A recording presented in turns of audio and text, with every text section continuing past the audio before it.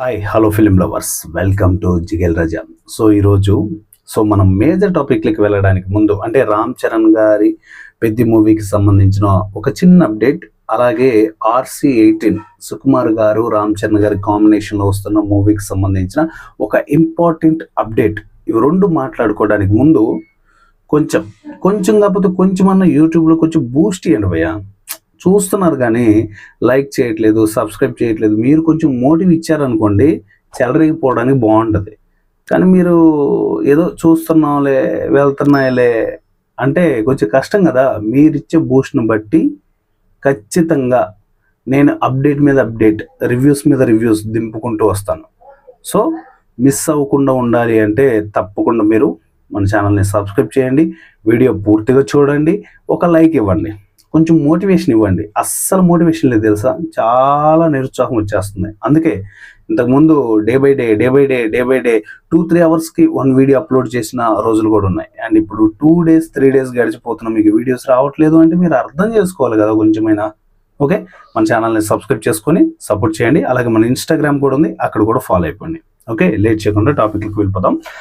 First of all ఒక చిన్న important విషయం ఏంటంటే అంటే రేపు లెనిన్ మూవీకి సంబంధించిన మూవీ రివ్యూ మన ఛానల్లో వస్తుంది. అది మిస్ అవ్వకుండా ఉండాలి అంటే మన ఛానల్ని సబ్స్క్రైబ్ చేసుకోండి. ఓకే, మనం మేజర్ టాపిక్లకు వచ్చేద్దాం. అండ్ రామ్ చరణ్ గారు పెద్ద మూవీ విషయానికి వస్తే ఇప్పుడు ప్రజెంట్ సినిమా హిట్టా ఫ్లాపా అనే ఒక డైనమాలో ఆడియన్స్ ఉన్నారు.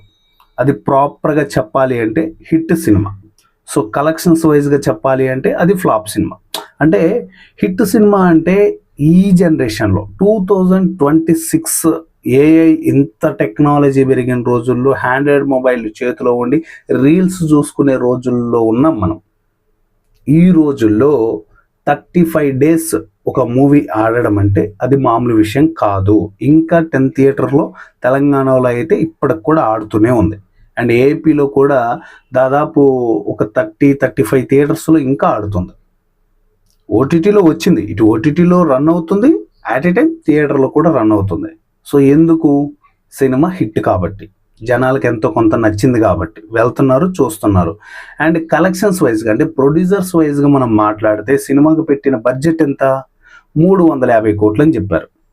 ఆ 350 కోట్లు కలెక్ట్ చేసిందా అంటే లేదు, 350 కోట్లు కలెక్ట్ చేయలేదు. కానీ దాదాపు అంచుల దగ్గరికి వెళ్ళిపోయింది. అంటే దాదాపు 221 కోటి అయితే వసూలు చేసింది. 321 కోటి అయితే వసూలు చేసింది.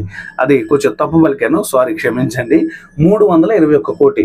ఈడేంట్రా ఇప్పుడే 221 కోటి అని చెప్పేసి మళ్ళీ ప్లేట్ ఫిరాయిస్తున్నాడంటే కొంచెం మర్చిపోయాను. ఎందుకంటే ఆల్రెడీ మనకి మాయిండ్ బంగారం కలెక్షన్స్ కూడా బీట్ చేస్తున్నాయి, అంటే దగ్గరికి వచ్చేస్తున్నాయి అనమాట పెద్ద మూవీ కలెక్షన్స్ దగ్గరికి.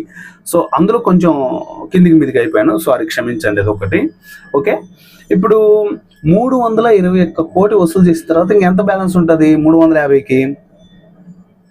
దాదాపు 29 కోట్లు అయితే బ్యాలెన్స్ ఉంటుంది. ఈ 29 కోట్లు మరి వసూలు చేస్తుందా లేదా అంటే ఇప్పుడు ఆల్రెడీ ఓటీటీ రైట్స్ ఉన్నాయి, ఓటీటీలో బిజినెస్ చేస్తుంది, రిలీజ్ అయింది కదా ఓటీటీ నెట్ఫ్లిక్స్లో. దాని తర్వాత సెకండ్ శాటిలైట్ బిజినెస్ ఉంటుంది. వీళ్ళు ఆల్రెడీ సాంగ్స్ కూడా ఫస్ట్ సాంగ్స్ రైట్స్ తీసుకొని సాంగ్స్ కూడా ఇచ్చేసారు, టీ సిరీస్కి అక్కడిక్కడ రిలీజ్ చేశారు. చాలా ఉంటుంది. అంటే వీళ్ళు ఓన్లీ థియేటర్లో మూవీకి వచ్చిన కలెక్షన్స్ మాత్రమే క్యాలిక్యులేషన్ చేసి చెప్పారు. ఓవరాల్గా చూసుకుంటే పెట్టిన బడ్జెట్ అయితే రిటర్న్ వచ్చేస్తుంది. ఎందుకంటే 350 కోట్లు అనేది అసలు నాట్ ఏ జోక్. అది ఒక రేంజ్ అంటే ఒక రేంజ్ బడ్జెట్ అది. అలాంటి బడ్జెట్ని పెట్టినప్పుడు మినిమం ఎక్స్పెక్టేషన్స్ ఉండాలి. నాకెందుకో చాలా ఎక్కువ పెట్టేశారు అనిపించింది బడ్జెట్. స్టార్టింగ్లో కూడా చాలాసార్లు మాట్లాడాను, చాలా అంటే చాలా ఎక్కువ. అంటే మీకు కనబడుతుంది స్క్రీన్ మీద ఆ బడ్జెట్ ఉందా లేదని తెలుస్తుంది. ఇదంతా ఒక ఎత్తు అయితే ఇప్పుడు ప్రజెంట్ బడ్జెట్ విషయానికి వస్తే ఈ బడ్జెట్ పెట్టిన దానికి రికవరీ కాలేదు, అందుకు ఫ్లాప్ అనేసి ప్రజెంట్ టాక్ అయితే ఉంది. సినిమా ఫ్లాప్ కాదు, ఆడియన్స్ పరంగా సినిమా హిట్. ఈ జనరేషన్లో 35 రోజులు ఆడడం అంటే అసలు నాట్ ఏ జోక్. అది 1-2 వారాలు ఆడిందంటేనే ఎక్కువ. ఇంకా ఆడుతుందంటే, అది ఓటీటీలు వచ్చినా కూడా ఆడుతుందంటే నాట్ ఏ జోక్. అసలు సినిమా హిట్ సినిమాది. అండ్ వీళ్ళు బ్రేక్ ఈవెన్ అవ్వడానికి ప్రొడ్యూసర్లు ఆ కలెక్షన్స్ వైజ్గా మాట్లాడే వాళ్ళు ఏమంటున్నారంటే ఇంకా దాదాపు 50 కోట్లు వసూలు చేయాలి.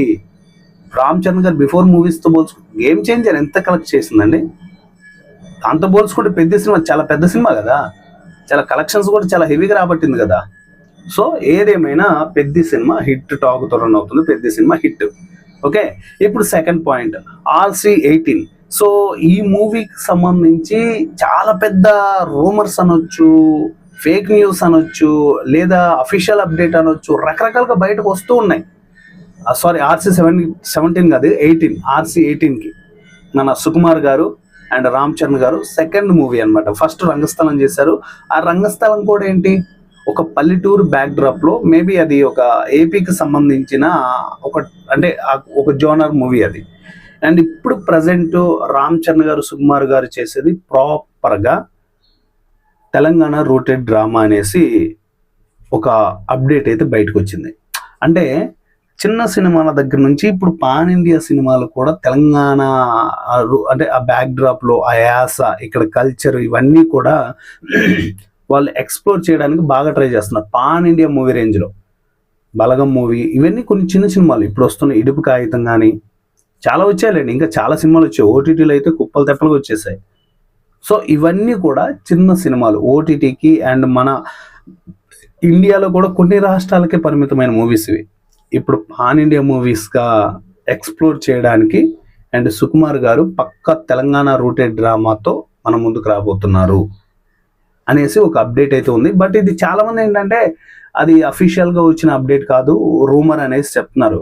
ఎనీవే, అది రూమర్ అయినా అఫీషియల్ అప్డేట్ అయినా వినడానికి చాలా అద్భుతంగా ఉంది కదా.